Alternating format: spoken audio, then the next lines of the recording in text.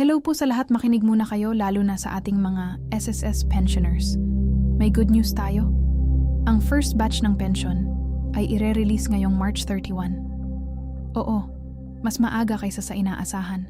Kasi normally, di ba, every first day of the month talaga ang bigayan ng pensyon. Pero ngayong April 1, natapat sa holiday, kaya inadjust at inilabas na mas maaga sa March 31.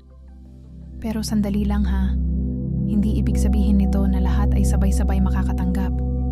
Kung ang inyong DOC ay 1 hanggang 15, malaki ang chance na kabilang kayo sa first batch.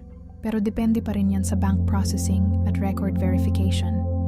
Kaya kung wala pa sa account mo agad, huwag ka munang kabahan. Minsan pumapasok din yan within the day o kasunod na oras. Ang importante, i-check mo ang account mo, siguraduhin mong updated ang details mo, at mag-antabay sa official updates.